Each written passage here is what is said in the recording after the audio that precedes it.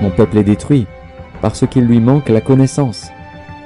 Puisque tu as rejeté la connaissance, je te rejetterai et tu seras dépouillé de mon sacerdoce.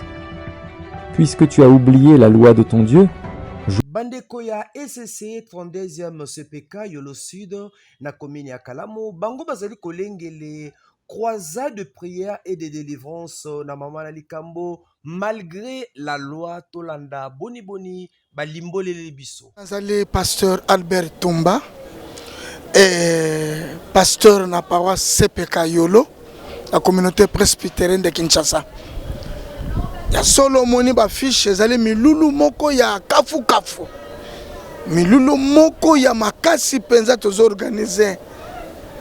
Et thème nango munene ezali malgré la loi, malgré mobeko, malgré makambo eza na ndako na bino, malgré oyo bakoko na bino basala.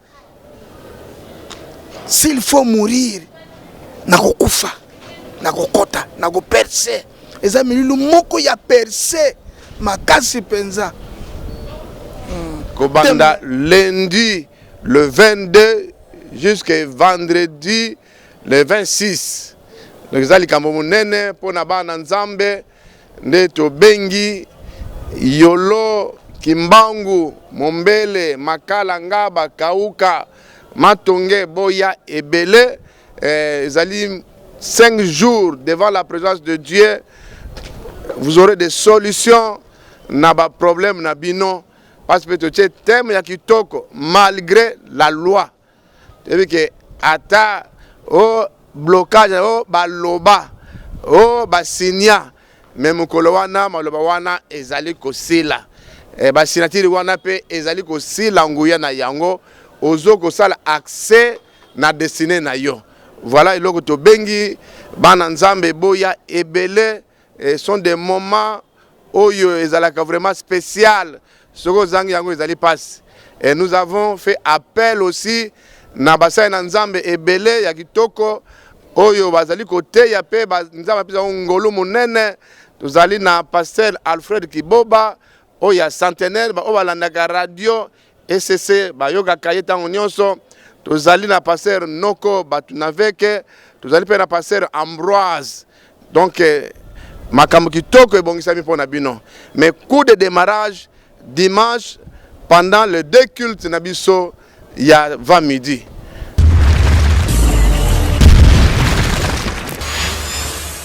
Rassemblement des aigles Toboku Tania Bampongo Zali Bongo et Muniseli et Yahweh apesa na mosali na ye Mosakoli Gari Kenge na yango boy baete banaya les ambassadeurs pour que apesa na mukuse bazali komilinge le pona boku Tania mbala zomi na mine tolanda boni boni bana na Nzambe etonga ena bapesi biso maloba na ntina na yango matono mingi kokomati 14e édition ça fait 14 ans. C'est pour dire que Dieu est dedans et que c'est la volonté de Dieu. Nami Saba toujours que lorsqu'il y a des faux pasteurs, il y en a des vrais. On ne peut pas avoir des faux sans avoir des vrais. Je considère que le rassemblement des aigles et Rémi Sakaba vrai n'a pas fait trop, alors trop. Je me suis rendu compte qu'il y a un moment où il y a apprentissage à parole, il y a écoute ma révélation, automatique oracle dans la carte église. Et c'est un moment où on entend Dieu parler et donner de grandes orientations pour son église. Nous avons que tout pasteur a un rassemblement des aigles, il n'y a jamais dessus, il y a plus. Je ne voudrais pas parler du prophète Gary Kenge, parce que moi je ne fais pas l'apologie des gens. Moi je regarde seulement ce que dit Dieu à travers un homme. Parce que le prophète ce n'est qu'un instrument. Le prophète Gary Bazé Belé, pas pasteur à Bongo Baza. Mais peut-être Balinga à télé, peut-être pas la chance de le canal à télé. Alors, rassemblement, et le 21, ou Tchotozali, et aussi le 28. Dans la scène, il y a Ndeko et Kaza Moussa et Nankolo. J'attends une semaine. Yaka. Yaka 1, on a 5, on a Pigeon. Papa Max, merci Mingi pour Namaloba. C'est la 14e édition. Tu dis que rassemblement des églises à la Kangonga moko oyo ba liboto na Nzambe ka koyoka penser en Nzambe oyo apesi pa Mungu na ye le prophète Gary. C'est un moment très très très important où le peuple vient parce qu'il est écrit heureux le peuple qui connaît, pas qui entend, qui connaît le son de la trompette, il marche à la clarté de sa face. Bon, on a bien ici tout d'abord parce que le thème oyo bache est un thème moko très important, l'inspiration vient du Seigneur. La lampe brûle encore. Donc c'est un message d'espoir. Donc moins dans l'humanité. Boya, boyeba, la lampe wana ezali nini. Boye belé, ba maman, ba papa, ba frère, ba sœur, ba sali en Zambé, ba leader. Na bengi si ba élite ya armée en colo. Boye royo kamalu en Zambé. Amen.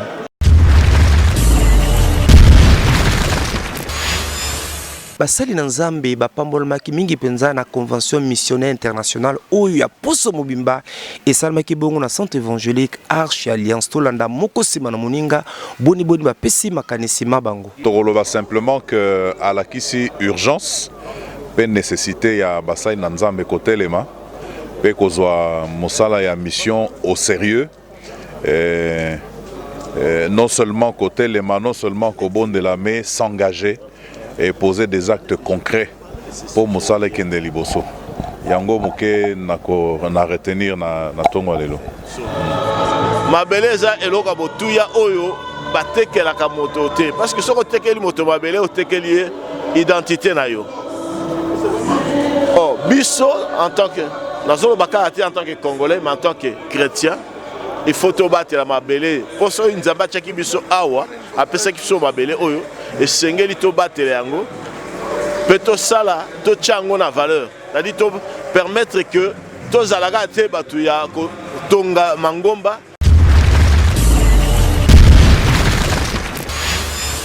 Mosai na Nzambe Gode Sam azali moto o Nzambe abenga nantina naibaki bongo kobongisa milulu minene nantina kopambola baye baumeli kati na libala mpe libala na bango epesi esengo mpe bakomi bato ya ndakisa ebaki kopesa bango mapolomi nantina na kopambola Nzambe lokola elembo ya koumela na bango kati na libala lokwa bana. Bon lelo biso tout d'abord tozali assemblée chrétienne vit dans la parole. Na kati na communauté na biso tozana département ba couple to pesango kombo ya foyer équilibré. Alors depuis des décennies to dispensera ba enseignement ndenge nini stabilité pe équilibré moral tout ça et kozala na kati ya foyer entre mwasi na mobali. Alors maintenant pour la date lelo le 1er août to sepela ki honorer ba couple depuis ba landi ba enseignement na biso na 2 décennies aussi il faut le dire et to enregistrer autant de couples oyo ba régulariser ma bala na bango c'est-à-dire ba longwe na union libre et comme pendant mariage officiel pe légal to zayo ko contraindre batu ba kenete na pas na officier état civil.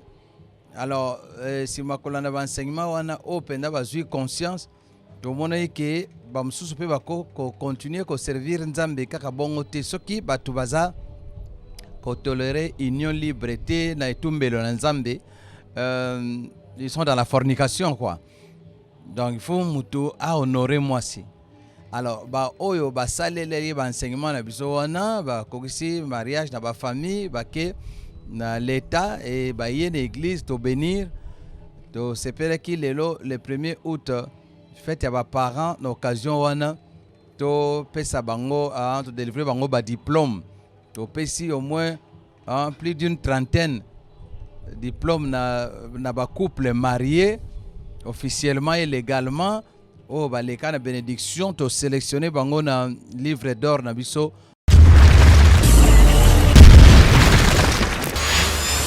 Jusqu'à présent, le rang de ciel est forcé. Ce sont des violents. Les babos dans le continent. Frère, nous violence. Au moins, nous pouvons beaucoup crier repos. Si on a violente, au moins, on a repos. Naomi a prononcé les paroles, elles étaient à deux. Elle est retournée chez elle. Mais Ruth savait qu'auprès de cette femme, moi, dans vos vies, le vrai repos au Yazo. Parce que Naomi avait dit une chose, que chacun de vous rentre auprès de sa mère, pour que nous avons appelé sa binonine. Répond au sous la mibali yasika. Alléluia. Amen. On peut rentrer, on ne sait pas. Ce cas c'est remarié ou pas. Mais nous connaissons seulement l'histoire de qui? De Ruth. Elle qui était persévérante. Elle avait suivi sa belle-mère jusqu'à Bethléem. C'est là que je voulais encore dire aux gens. Ma belle-mère, c'est ma belle-mère, ça va nous répéter. Naomi avait vite compris. Ma belle-mère Bethléem, qu'est-ce qu'elle répond à des amis? Frère, il y a comme ça, répond à la maison de Béki. Si vous avez un tangola, on les qui s'abattent. On les s'abattent, ici, Dieu accorde les repas à ses enfants. Amen. Il t'a persévéré. Malgré le découragement de Naomi, il avait persévéré. Alanda Naomi, malgré l'état bazala qui n'a pas souci, il y a plein de bandoises. Elle a suivi sa belle-mère. À comment à Bethléem. Naomi ajoute encore une autre chose. Dans le verset 18, il dit, et Naomi dit, sois tranquille, ma fille, jusqu'à ce que tu saches comment finira la chose, car cet homme ne se donnera point de repos qu'il ne termine cette affaire aujourd'hui. Alléluia.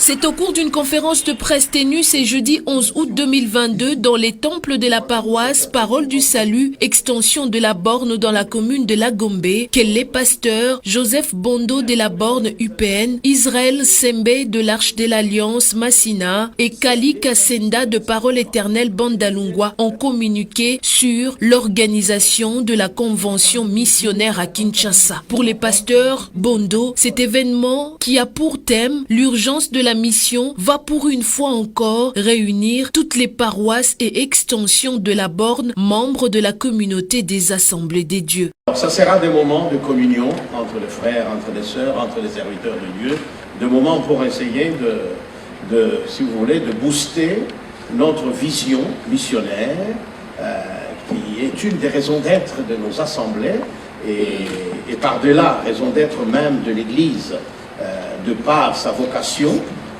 comment nous pouvons nous encourager dans ce travail missionnaire, etc. Du 16 au 19 août 2022, 2 services seront tenus, à savoir la plénière du 16 au 19 août 2022 de 16h à 19h à la cathédrale du Centenaire protestant et l'école du ministère du 17 au 19 août de 9h à 13h au temple Parole du Salut, une nécessité pour la croissance de l'Église. Quand nous travaillons sous couvert le Seigneur, et il agit avec nous comme il devrait agir à lui-même, enseigner la parole, et guérir les malades et renvoyer libre les opprimés. Donc ça, le peuple de Dieu que nous ne sommes pas en dehors du peuple de Dieu. Le peuple de Dieu que nous sommes, tous nous bénéficierons de l'activité du Saint-Esprit pendant ce programme. Sont annoncés à l'enseignement les pasteurs Israël Sembe, Jacques Landou, pasteur Joseph Bondo, Jean-Claude Safari, Cécile Bomboko, Noëlla Lomane, Guy Amani et Maurice Mouéou. Il s'y est de souligner que l'église La Borne a été fondée en 1984 par le missionnaire et révérend Jacques-André Verneau et compte à ses jours plus d'une centaine de paroisses et extensions à travers les mondes. Voilà. Le 14 août, il y a un culte d'action de grâce à la communauté Mobimba. Et puis, il y a un culte d'action de grâce à la communauté à la puissance Mobimba. Tu es invité, tu es invité, le ministère évangéliste qui est Kibila. Tu es malade, tu as un problème, tu as un abus elongo. Dans le terrain Kamina, dans le Nord, à partir de 8h. De 8h à 12h30, culte Sili. Tu es invité, tu es disponible à un culte d'action de grâce au Tobongisi, dans le terrain Kamina, dans le Nord. ESAM 2022, la guérison du sacerdoce, école de Samuel, pona kosunga basali pe bana na nzambe, batambola malamu kati na lotomo e nkolo, apesa bango, bandeko ya centre missionnaire Cri d'Espoir, babengisi biso lisusu na conférence monene, na bokambami ya mosali na nzambe, apôtre Mike Wabantu, na mama na likambo, l'autorité pastorale et l'ordre dans le ministère prophétique. Oyo ekofungola bikuke na yango kobanda mokolo ya lundi 15 août pe ekosila mokolo ya dimanche 19 août kobanda ngonga ya 8h kino 12h conférence pona basali na nzambe oyo babengama kati na lotomo pe bana na nzambe banson oyo babengama kosalela nkolo pe mokolo ya mercredi 17 kino mokolo ya dimanche 19 soirée d'un part pona bana na nzambe banson baya kozwa lisungi ya molimo mosantu bikamwa lobiko ya ndenge na ndenge esalemaka na milulu ya ngota latina kozanga te po omona loboko ya nkolo Yesu Masiya elongo na batei lokola mosali na nzambe Sita Lwemba, mosali na nzambe Moski wa Bantu, mosali na nzambe Ecclésiaste Malanda, mosali na nzambe Timothée Masamba, la servante de l'Éternel Marina ya mboka États-Unis pe basusu ndeko molinga mikati na nkolo.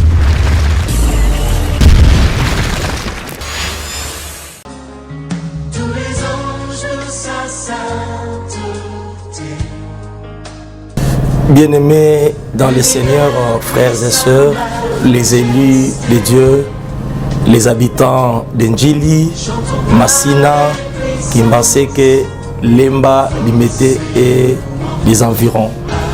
C'est votre frère, pasteur Jean-Claude Nzilité Talandou, le pasteur responsable du centre évangélique francophone La Pierre des Langues, extension de la borne Njili. Votre église organise une convention de gloire dénommée Dieu d'abord. Dieu d'abord, c'est une grande convention dans laquelle nous aurons les hommes de Dieu qui viendront nous parler de la part de Dieu, qui se tiendra à la date du 22 août au 28 août 2022. Cela se tiendra dans votre église, le temple du centre évangélique francophone La Borne Njili. Là, nous allons parler sur un thème tellement merveilleux que Dieu a mis dans nos cœurs dans Actes chapitre 9, le verset 15. Et vous, qui êtes-vous? Et là, nous serons bénis par les hommes de Dieu. En l'occurrence, nous aurons prophète Gracia Mwamba, pasteur Luison Tunasi, pasteur Parfait Mavungu, pasteur Mbiye Emmanuel de la borne Bakwadanga Amboujimaï et votre humble serviteur qui vous parle. Nous vous invitons dans cette grande convention à ne pas manquer et Dieu vous fera du bien. Soyez bénis, que Dieu vous soit favorable. Boyei Malamu dans cette grande convention. Boyei Malamu na Dieu d'abord 2022. Soyez les bienvenus dans Dieu d'abord 2022. Welcome to Dieu d'abord. Kukwisa ya mbote na Dieu d'abord. Dieu ajakana Dieu d'abord. Karibuni kwetu Dieu d'abord.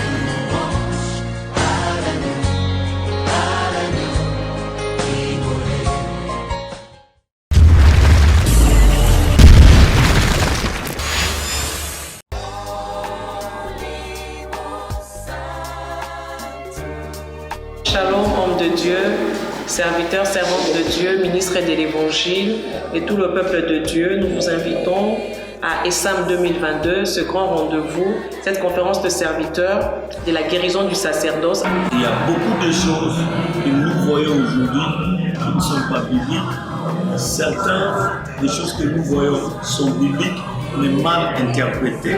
Voilà pourquoi Dieu s'est révélé par son serviteur, le révérend Mike Wabantu, qui a porté cette vision avec les enseignements qui guérit les sacerdoces.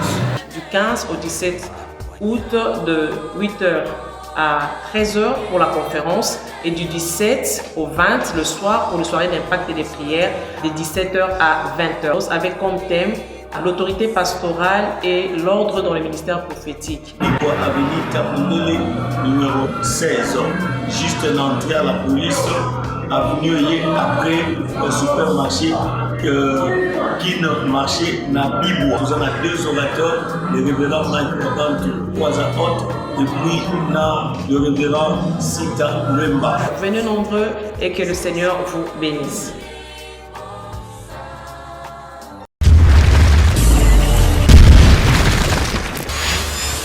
Tala biso kombo nangai révérend apôtre Rombo Kabengele nazali moto oyo nzambe atie na mapeka nanga to apesinga mukumba ya kokamba église Olivier Sauvage oyo ezwami na balabala Nyembo numéro 1 numéro 8 bis na quartier Rigini na commune ya Lemba ba affiche bomoni ndenge ezali kotalisa yango moko tozali na mabongisi minene 5 jours évangéliques oyo mama na likambo nango ezali aye pona kokangola bato bakangama na lopoto balobi il est venu pour libérer les captifs na yango wana mabongisi wana eza kobanda uta mokolo ya le 22 août oyo ezali lundi kino vendredi 26 août epai wapi toko belela nzambe pe nzambe akoyeba solo kokangola bayebanso bakangama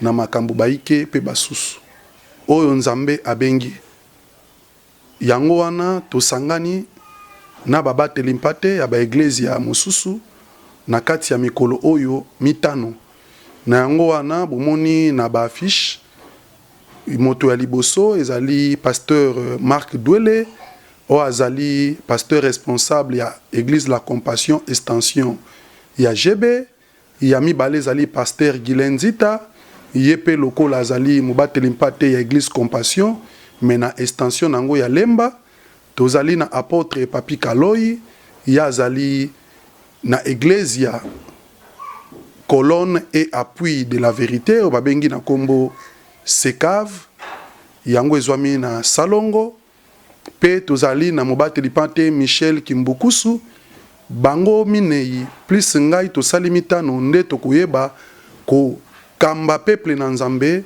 na nzela molio mosantu pendant ces 5 journées évangéliques.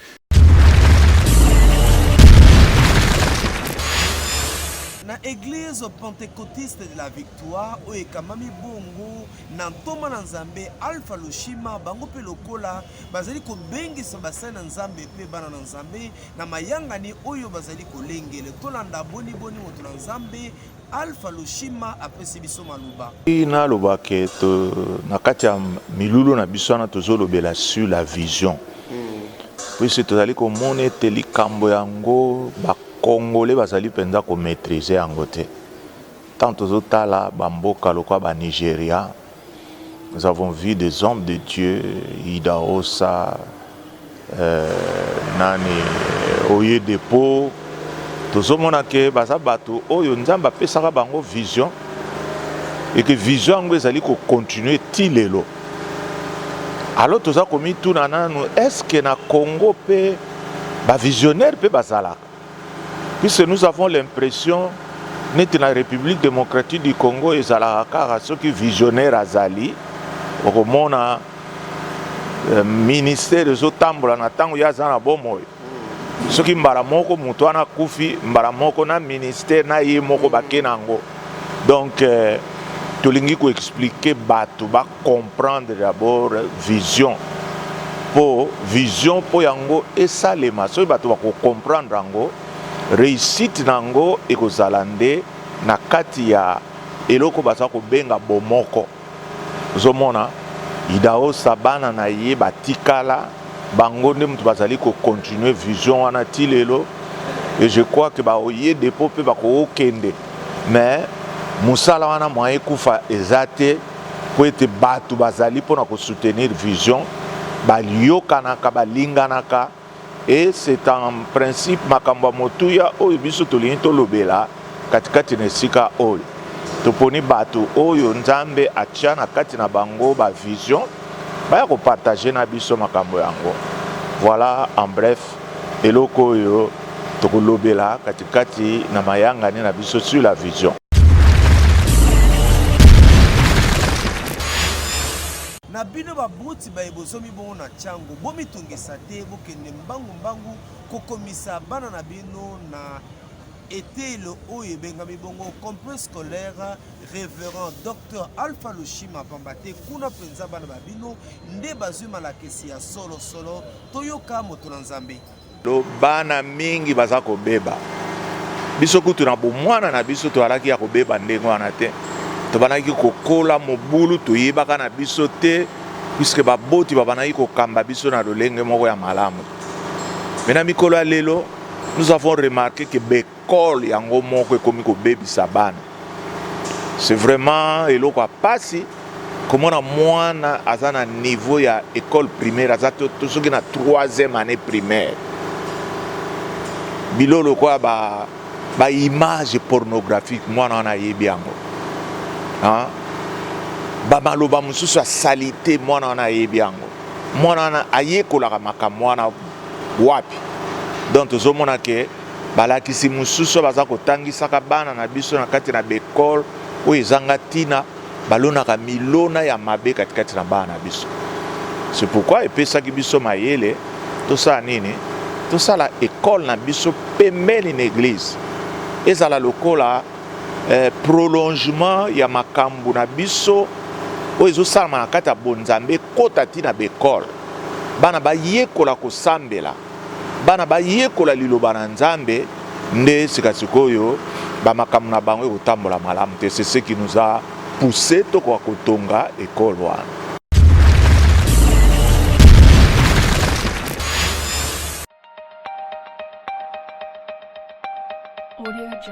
Chers parents, les complexes scolaires L'Arche, les héritiers de la promesse, vous offrent un cadre propice pour la formation intégrale de vos enfants.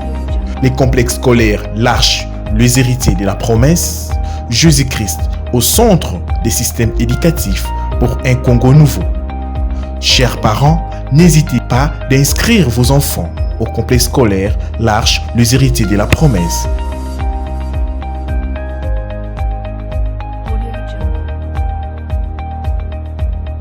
tozobengisa baparents nyonso oyo balingi bana na bango bazwa formation malamu baya kokomisa bana na bango tobandi déjà bainscription et toza na nouveauté na réforme moko ya munene pour l'année prochaine déjà digitalisation et enseignement, donc enseignement en ligne et tout bibliothèque virtuelle na kati ya ba tablette ya bana oyo tokopesa bango pour que bazala ndenge moko na ya bikolo mususu.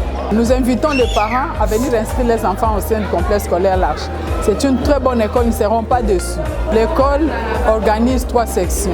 Il y a la section maternelle, la section primaire et la section secondaire. Nous sommes le complexe scolaire L'Arche, les héritiers de la promesse, CSAHP en sigle. Nous sommes une école chrétienne et nous sommes dans l'association des écoles chrétiennes de la République démocratique du Congo, AECO en sigle. Nous voulons dire que cette digitalisation de l'enseignement, nous l'avons programmée ensemble avec un partenaire sérieux. C'est un partenaire américain qui s'appelle Yumi Global Education. Avec Yumi, avec l'expérience de Yumi, nous savons que nous pouvons assurer cet enseignement en ligne. Et la particularité, c'est que non seulement nous avons une bonne tablette adaptée qui ne coûte pas cher, mais aussi les enfants, nous sommes aussi en collaboration avec RTL DRC. Merci na Arche pour tous les fidèles toujours na Arche. Moi, j'ai bandi ma première maternelle, deuxième maternelle, je dois passer deuxième primaire et c'est moi qui m'a cassé. On a pu s'y passer une semi-merci na Ounion Sassal. Et ça, c'est une école chrétienne. Moi, je n'ai pas de côté, mais tant que je cotisé maternelle, à partir de maternelle, moi, je n'ai pas de une formation de qualité et un corps professoral qualifié, le complexe scolaire L'Arche, les héritiers de la promesse, inscrit les élèves dans les options ci-après: latin philo, pédagogie générale, chimie biologie et commerciale de gestion, et aussi à l'école maternelle, primaire et secondaire. Notre adresse: route Petro Congo, avenue Mobutu, numéro 2294, au quartier Abattoir, dans la commune de Massina. Venez nombreux inscrire vos enfants au complexe scolaire L'Arche, les héritiers de la promesse.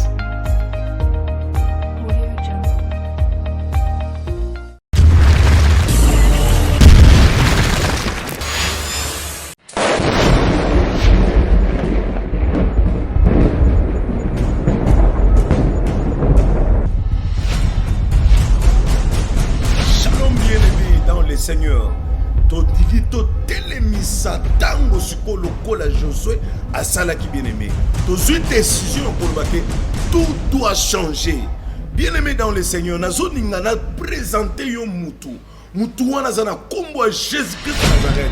Bien-aimé, tolobi que dès makambu nyonso, il faut échanger à partir de lui.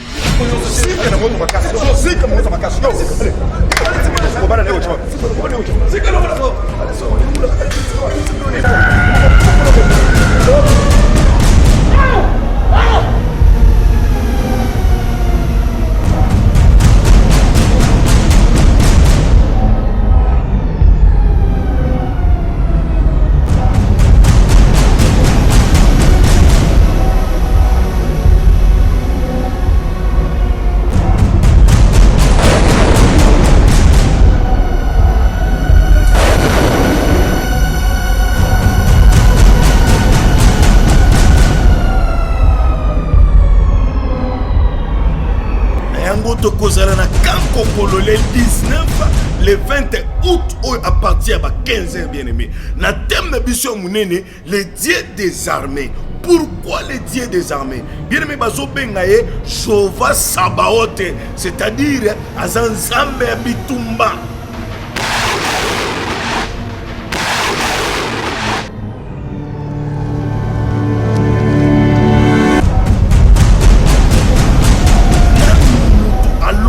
Azati, Utamokili Banda, Jésus-Christ de Nazareth, l'homme et nous décision, il y a un téléma, la campagne Oyo, Wena Oyo, nous sommes et ce salement na Katia Congo, na Katia armée, na Katia église, na Katia foyer, na Katia société, tozo boyango nyonso, na zone ngana informé yo. Nzambe a utilisaka eloko nyonso oyo ye akela. Tokozwa neti mupepe, tokozwa neti mutu, tokozwa neti mabele, nyonso Nzambe a utilisaka ngo. Mais mukolo wana bien aimé, na zone ngana ebisa yo, Nzambe a ko utiliser maloba na ya munoko e kobima na forme ya moto oyo nyonso okoboya ne ekosalema. Souviens-toi bien aimé, talaba 4 lépreux bazo tambola na makolo, bazo kende motema ya kosuka, basangi ya kosala, babito kende komitika. Mais yokanga bien aimé, makolo na bango ezole na ndenge mususu, mais na kaya bambuna na bango ezole na forme mususu bien aimé. Beta prière to kosala pour le 19 août, le 20 août, et qu'on changer, et qu'on bouleverser, et qu'on neutraliser puissance nyonso ennemi. Asasir na Nzambe wana, parce que Paul a zoloba te, prédication na sote, ils ont basé na maloba pamba te, mais ils ont la kati ya démonstration. Yo osana spirituel. Et l'autre là, sombera kese, yo zana ne pale. Et le sombera boyi chômage, tout boyi stérilité, tout boyi ma difficulté à ma forme ébélée, tout boyi yango, tout le plus jamais et que salema les sous-soutien la quand bisika oyo, mais ce que zo bunde la mboka na biso bazali to boyi yango. Toko sambela, toko tombola drapeau, tu ne plus jamais. Pourquoi pas bien aimé, toko sambela awa, makambo ezo salema kuna. Oui, tout le monde va 4 les pieds bazo tambola. mais makelele ezobeta na kaya banguna makambo ezosalema. Pourquoi pas na ntango na biso babengaka ye omnipotent, omniprésent, omniscient, c'est-à-dire oyo asalaki il est le même hier, aujourd'hui, éternellement. Oyo asalaki na ntango wana pourquoi pas ça? Silika bien aimé, telema toko sambela bitumba oyo ya Congo eza ya yo, eza ya mutu mususu te. Soki otelemite mutu akokonde la place na yo azate telema.